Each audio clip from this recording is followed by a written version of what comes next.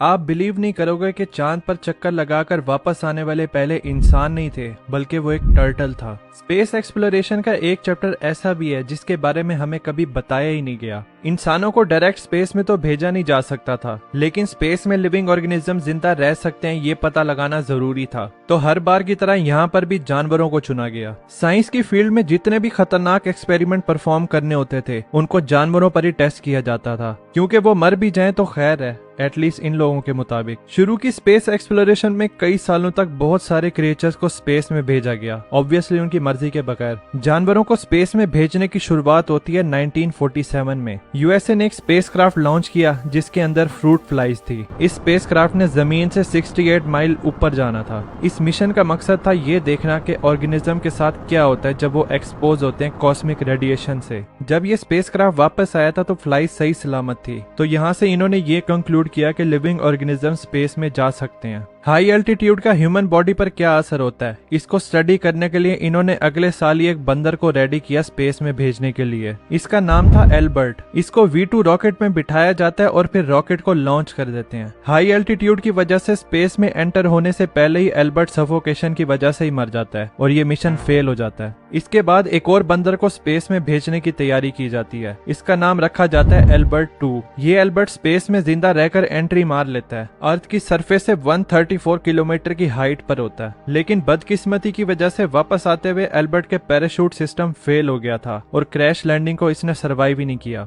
इसके बाद सीरीज में एल्बर्ट मिशन होते हैं, लेकिन उनका भी कुछ अच्छा अंजाम नहीं रहता। एल्बर्ट 3 का स्पेसक्राफ्ट ही एक्सप्लोड हो जाता है। एल्बर्ट 4 का पैराशूट का मसला होता है तो वो भी गया। एल्बर्ट 5 की फिर से क्रैश लैंडिंग हुई, वो भी नहीं बचा। उस वक्त वो लोग ये सोच रहे थे कि मंकी को स्पेस में तो भेजा जा सकता है, लेकिन लैंडिंग नहीं की जा सकती। अंटिल 1951 में एल्बर्ट 6 मिशन परफॉर्म हुआ। ये मंकी न सिर्फ स्पेस में गया बल्कि इसका पैराशूट भी सही रहा था और ये सेफली लैंड हो गया था। वो अलग बात है कि 2 घंटे बाद ही ये मर गया था, लेकिन मिशन तो सक्सेस ही रहा था। उसी साल रशिया ने भी स्पेस जर्नी में एंट्री मारी और 2 पपीज जाइकन और डेजेक को स्पेस में भेजा। ये दोनों पपीज बगैर किसी नुकसान के वापस आ जाते हैं। इसके बाद 1957 में सोवियत यूनियन की तरफ से सबसे फेमस मिशन परफॉर्म किया गया, एक डॉग पर जिसका नाम था लाइका। लाइका एक आवारा स्ट्रीट डॉग थी जिसको मॉस्को की गलियों से उठाया था। इस मिशन की खास बात यह थी कि ये एक 1 वे मिशन था। लाइका को अर्थ पर वापस लाने का कोई प्लान नहीं था और साइंटिस्ट को पता था कि इस मिशन के दौरान लाइका ने जिंदा नहीं बचना, क्योंकि लाइका को अर्थ की ऑर्बिट में लॉन्च करना था। उस टाइम पर हमें ये नहीं पता था कि किसी चीज को ऑर्बिट में रखकर उसको वापस अर्थ पर कैसे लाना है, तो ये एक सुसाइडल मिशन था। ये लोग लाइका को ट्रेन करते हैं ताकि वो मैक्सिमम टाइम तक स्पेस में जिंदा रह सके। इसके बाद लाइका को स्पेस में लॉन्च कर दिया जाता है। कुछ घंटों तक तो सब सेट रहता है, लेकिन फिर कूलिंग सिस्टम फेल हो जाता है और लाइका ओवरहीटिंग जाती है। लाइका तो मर जाती है, लेकिन उसका स्पेसक्राफ्ट फिर भी ऑर्बिट करता रहता है अर्थ के अराउंड। 162 दिन गुजर जाते हैं और 2570 ऑर्बिट कंप्लीट करने के बाद उसका स्पेसक्राफ्ट फटकर अर्थ के अंदर गिर जाता है। इस मिशन के लिए सोवियत यूनियन को बहुत क्रिटिसिज्म का सामना करना पड़ता है एनिमल वेलफेयर ऑर्गेनाइजेशन की तरफ से। ये लोग फिर लाइका की मेमोरी में उसका स्टैचू भी बनवाते हैं। इंसानों को स्पेस में भेजने से पहले ये भी तो देखना था कि इतनी इंटेंस सिचुएशन में ह्यूमन स्पेसक्राफ्ट को कंट्रोल करके टास्क परफॉर्म कर भी पाएंगे या नहीं। इसके लिए 1961 में साइंटिस्ट ने मंकीज से चिंपैंजी पर जंप किया, क्योंकि चिंपैंजीज क्लोजली रिलेटेड है इंसानों से और कुछ समझदार भी हैं। स्पेस में भेजने के लिए एक चिंपैंजी को सेलेक्ट किया गया जिसका नाम था हैम। इस मिशन की खास बात ये थी कि हैम को ट्रेनिंग दी गई थी शिप में कुछ टास्क परफॉर्म करने की, जैसे व्हाइट लाइट जले तो राइट वाला लीवर खींचना है और ब्लू लाइट जले तो लेफ्ट वाला लीवर खींचना है। अगर टास्क सही से परफॉर्म किया तो उसको बनाना मिलेंगे और टास्क गलत परफॉर्म किया तो छोटा सा बिजली का झटका लगेगा उसके पांव पे।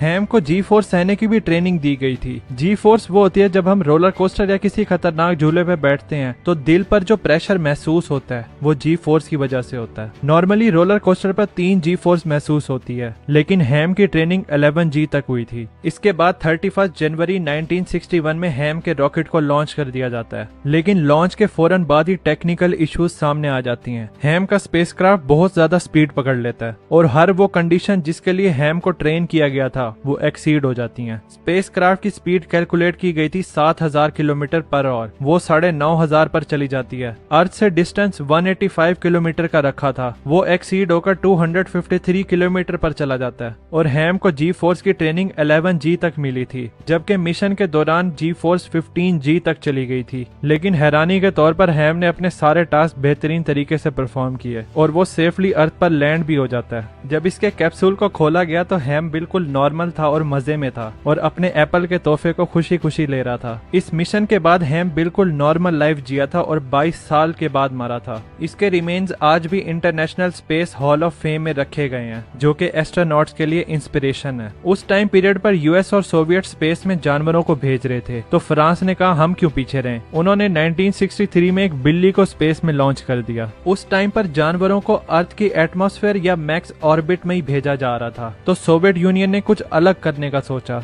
1968 में इन्होंने 2 टर्टाइज को सिलेक्ट किया जिन्होंने मून का चक्कर लगाकर वापस आना था। 14 सितंबर को इनको लॉन्च किया जाता है स्पेस में और 1 वीक की जर्नी के बाद ये दोनों टर्टाइज मून का चक्कर लगाकर वापस अर्थ पर सक्सेसफुली आ गए थे और इनका पैराशूट इंडियन ओशियन में गिरा था। इसके बाद इन्होंने हर किस्म के जानवर को पकड़कर स्पेस में भेजना शुरू कर दिया। 1973 में मम्मी चौक फिश को पकड़कर स्पेस में भेज दिया, क्योंकि ये फिश किसी भी सिचुएशन को फौरन अडॉप्ट कर लेती है, लो ऑक्सीजन हो या टेम्परेचर वगैरह। इस फिश ने रास्ते में बच्चे भी दिए थे, उन्होंने भी सरवाइव कर लिया था। इसी मिशन में एक स्पाइडर को भी इन्होंने साथ ही भेजा था, वो भी बड़े आसानी से अपना वेब बना रहा था स्पेस में। 1978 में इन्होंने पिग को भी स्पेस में भेज दिया। अब भला इसकी क्या जरूरत थी। 1985 में इन्होंने नूट्स, ये किस्म की छिपकली होती है, इसके ये बाजुओं को काट देते हैं और स्पेस में भेज देते हैं, ये देखने के लिए कि ये स्पेस में किस रेट से वापस उगते हैं अर्थ के कंपैरिजन में। इन्होंने स्पेस में भी सेम रेट से ही अपने बाजुओं को वापस उगा लिया था। अर्ली 1990s में बेबी जेलीफिश को स्पेस में भेजा जाता है बड़े होने के लिए, लेकिन जब वापस उनको अर्थ पर लाया गया तो वो अपने आप को सही डायरेक्शन में स्विम ही नहीं करवा पा रही थी, क्योंकि स्पेस में तो ग्रेविटी थी ही नहीं। 2003 में सिल्क वर्म, स्पाइडर, बीज और चूंटियों को भेजा था एक रॉकेट में, लेकिन वो रॉकेट ही एक्सप्लोड हो जाता है। 2007 में टार्डीग्रेड्स को भेजा जाता है। ये माइक्रो ऑर्गेनिज्म बड़े ही ढीठ हैं और आसानी से नहीं मरते। अगर इनको जिंदा रहने का इन्वायरमेंट ना भी दिया जाए तो ये अपना मेटाबॉलिक रेट को कम कर 30 साल तक जिंदा रह सकते हैं हाफ डेड स्टेट में। स्पेशल इस ऑर्गेनिज्म को ही वैक्यूम ऑफ स्पेस में छोड़ा गया था 10 दिन के लिए, लेकिन वही हुआ, इन्होंने इसको भी सरवाइव कर लिया। और फाइनली 2018 में इलॉन मस्क ने चूहों से भरी बास्केट इंटरनेशनल स्पेस स्टेशन में भेजी थी। वो इसलिए क्योंकि वो भेज सकता है। स्पेस एक्सप्लोरेशन के अर्ली ईयर्स में जब किसी को स्पेस के बारे में कुछ नहीं पता था, तब इन जानवरों को स्पेस में भेजा गया था सरवाइव टेस्ट करने के लिए कि लिविंग ऑर्गेनिज्म स्पेस में सरवाइव कर भी सकते हैं या नहीं, और साथ ही स्पेस की कंडीशन को स्टडी किया जा सके। जितने भी जानवर स्पेस में भेजे गए हैं उनमें से कुछ ही सही सलामत वापस आए हैं। मोस्टली इनका अंजाम अच्छा नहीं रहा। जानवरों के करेज और सेक्रीफाइस की वजह से आज इंसान दुनिया से बाहर स्पेस में कदम रख पाए हैं, और इन जानवरों की कुर्बानियां जाया नहीं गई, क्योंकि टाइम के साथ साथ स्पेस ट्रेवल भी सेफ होता जा रहा है। इवन इतना सेफ कि इंसानों को मार्स पर भेजने की भी तैयारी शुरू हो गई है। 2030 के बाद मार्स पर इंसानों को भेजने वाला मिशन शुरू हो जाएगा, लेकिन फिलहाल इंसान मार्स पर उसकी करंट कंडीशन में सरवाइव कर ही नहीं पाएंगे। वहाँ पर सरवाइव करने के लिए इंसान को क्या क्या करना पड़ेगा उसके बारे में आप ज्यादा मत सोचें, मैंने ऑलरेडी उस पर वीडियो बनाई हुई है कि इंसान किस तरह मार्स को टेराफॉर्म कर उस पर रह सकते हैं। तो मिलते हैं मार्स के अंदर। Thanks for watching.